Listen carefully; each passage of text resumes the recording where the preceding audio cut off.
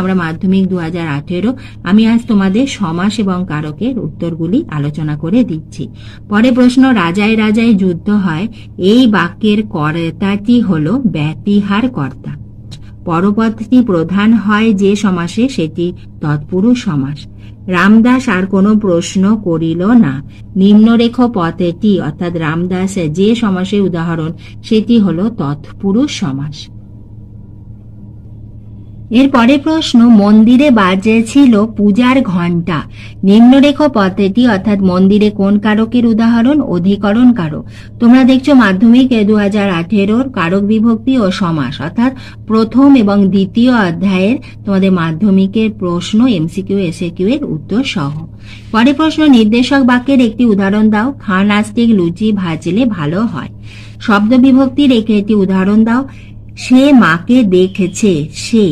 সে যোগ শূন্য বিভক্তি, মাকে মা যোগ কে বিভক্তি। এখানে শেষ সঙ্গে যেহেতু কোনো বিভক্তি নেই তখন লিখতে হবে শূন্য বিভক্তি।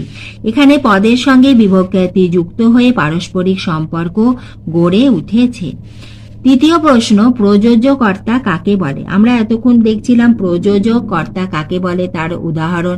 এবার দেখো প্রযোজ্য কর্তা কাকে বলে। বাক্যের মধ্যে যখন প্রযোজক কর্তা অন্যকে কোনো কর্মে প্রবৃত্ত করে অর্থাৎ প্রেরণা দিয়ে কাজ করায় তখন যাকে দিয়ে কাজ করানো হয় তাকে বলে প্রযোজ্য কর্তা বা প্রেরণার্থক কর্তা। যথা বাবা মেয়েকে দিয়ে গান গাওয়াচ্ছেন।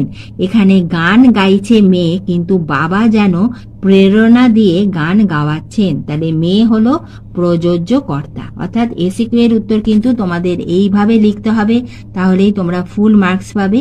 প্রযোজ্য কর্তার উদাহরণ তোমরা দেখে নাও, তার সঙ্গে সংজ্ঞা তোমাদের যদি কোথা থেকে মুখস্থ থাকে অতি অবশ্যই তোমরা সেই উত্তরটাই লিখো, কিন্তু এইভাবে লিখবে, তাহলেই কিন্তু ব্যাকরণে ফুল মার্কস পাওয়া যায়। এইভাবে বুঝিয়ে দিতে হবে তোমাদের উদাহরণ সহ।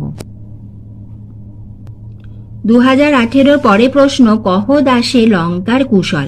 নিম্নরেখ শব্দটির কারক ও বিভক্তি নির্ণয় করো। অর্থাৎ কুশল হলো কর্মকারক শূন্য বিভক্তি। সম্বন্ধ পদ কাকে বলে? র বা এর বিভক্তি যুক্ত যে পদের ক্রিয়ার সঙ্গে কোনো সম্বন্ধ থাকে না কিন্তু বাক্যের মধ্যে অন্য পদের সঙ্গে সম্বন্ধ থাকে তাকে বলে সম্বন্ধ পদ। যথা রমার বাবা বেড়াতে গেছেন। গৌর অঙ্গ যাহার। ব্যাস বাক্যটি সমাসবদ্ধ করে সমাসের নাম লেখো। গৌর অঙ্গ যাহার হবে গৌরাঙ্গ, অর্থাৎ এখানে